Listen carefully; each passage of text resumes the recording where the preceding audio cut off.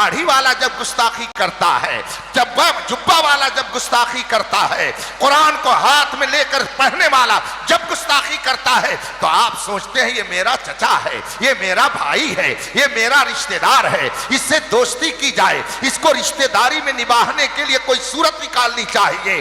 क्यों नहीं आप ये सोचते हैं कि नबी करीम सल्लल्लाहु अलैहि वसल्लम का दुश्मन चाहे दाढ़ी की शक्ल में हो, चाहे जुब्बे और साफे में आए, चाहे कुरान लेकर के आए, मेरे ताजुश शरियात ने फरमाया नबी से जो हो बेगाना उसे दिल से जुदा कर दो, पितर मादर बिरादर जानो माल उन पर फिदा कर दो।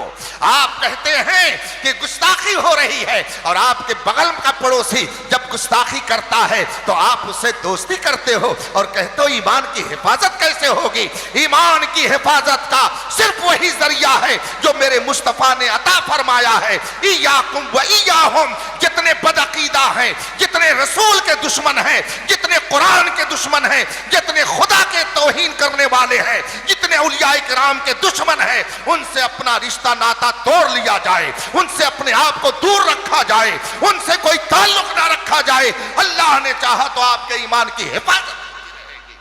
हम कहते तो हैं कि तहफ़्फ़ुज़ ईमान कैसे हो, मौलाना लोग कुछ करते नहीं हैं। अभी मीडिया में इतनी बहस चल रही है, फला जगह घर जल गया, मौलाना लोग निकले नहीं, फला तौहीन कर रहा है, ये रोड पर निकल नहीं रहे हैं, ये कुछ बोल नहीं रहे हैं। मेरे भाइयों, इन्हीं के बोलने का तो नतीजा है कि आप अल्लाहु अकबर बोल रहे हो। अगर ये न बोलते तो आपको अल्लाहु अकबर कहने भी नहीं आता, अगर ये न बोलते तो आप अजान नहीं जानते, ये ना बोल करके आपको बताते तो आप सही ढंग से मुसलमान भी नहीं बन पाते।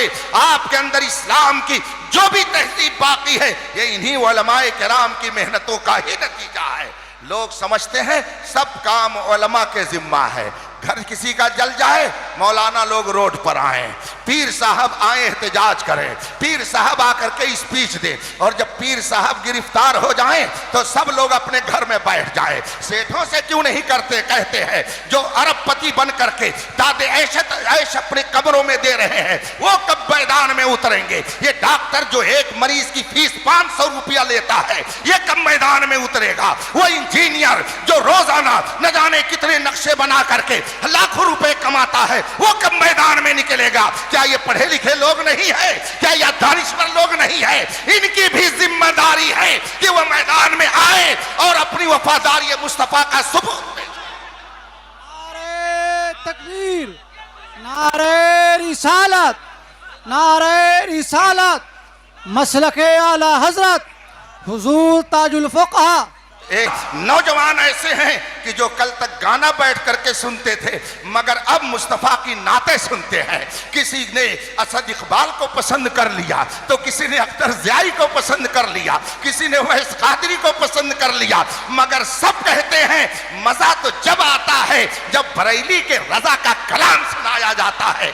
अभी रास्ते में मैं आ रहा था, अख्तर साहब मेरे साथ थे, किसी शायर की नात चल रही, किसी शायर ने नात पढ़ना शुरू किया, लगा दी गई गाड़ी में वो नात और सरकार मुफ्ती आजम हिंद की नात वो सुनाने लगा। मैंने कहा कि खुदा जाने किस जज्ब के आलम में खानवादे रज़विया ने नबी की तारीफ में इन कलमात को कलम बंद किया है कि हजारों मर्तबा सुनने के बाद वही चाशनी, वही लुत्फ, वही मजा, वही वारफ्तगी, वही दीवानगी और नबी से मोहब्बत का वही जज्बा बेदार। इसलिए रफीकान मोहतरम, ईमान की हिफाजत का इस जमाने में सिर्फ एक जरिया है कि रसूल पाक के सच्चे गुलामों की गुलामी का पट्टा अपने गले में डाल लिया जाए। इमाम अहमद रजा ने फरमाया है तेरे गुलामों का नक्शे कदम है राह खुदा, वो क्या बहक सके जो ये सुराग लेके चले। जब तक इस सुराग पर चलते रहेंगे ईमान की हिफाजत होती रहेगी और अगर इधर उधर हुए तो यकीन से जान रखिए इमाम अहमद रजा ने बहुत पहले फरमाया बाएं रास्ते न जा मुसाफिर सुन, राह में राह मार फिरते हैं। इसलिए सिराते मुस्तकीम पर गामजन रहिए और सिराते मुस्तकीम इस दौर में वही है जिसे मसलके आला हजरत कहा जाता है। सुभान अल्लाह, सुभान अल्लाह, सुभान अल्लाह। अभी आपने डिप्लोमा और मुनाजरे का नाम सुना, आपकी क्या गिनती है बड़ी बड़ी खानकाहों के पीरजादे भी इधर से उधर हो रहे हैं। क्या बात है। और ये बात मैं आपको बता दूं, ये मत समझिएगा कि मैं पीरी मुरीदी का मुखालिफ हूं। जी मेरे खुद कई हजार मुरीद हैं अल्हम्दुलिल्लाह। अल्हम्दुलिल्लाह। लेकिन इस वक्त चंद जाहिल पीरों की पीरी मुरीदी ने जमाते अहले सुन्नत में जो इंतशार पैदा किया है, जी इससे इनकार नहीं किया जा सकता। बेशक। आज जिस इलाके में जाइए लोग कहते हैं हजरत यहाँ मौलाइयत फैल रही है, यहाँ राफिजियत फैल रही है, और जब पता लगाया जाता है तो मालूम होता है किसी जाहिल पीर के जेरे असर इनका अकीदा बर्बाद हो रहा है। किसी जाहिल पीर ने इनका अकीदा बर्बाद कर दिया है।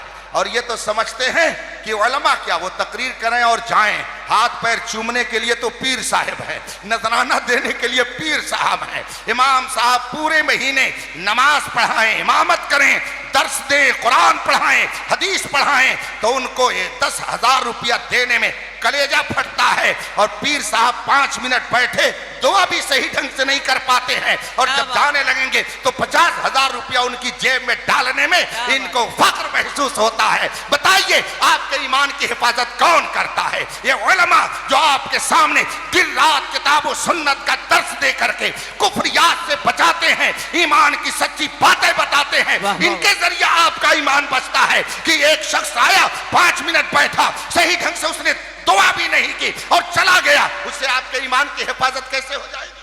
क्या बात।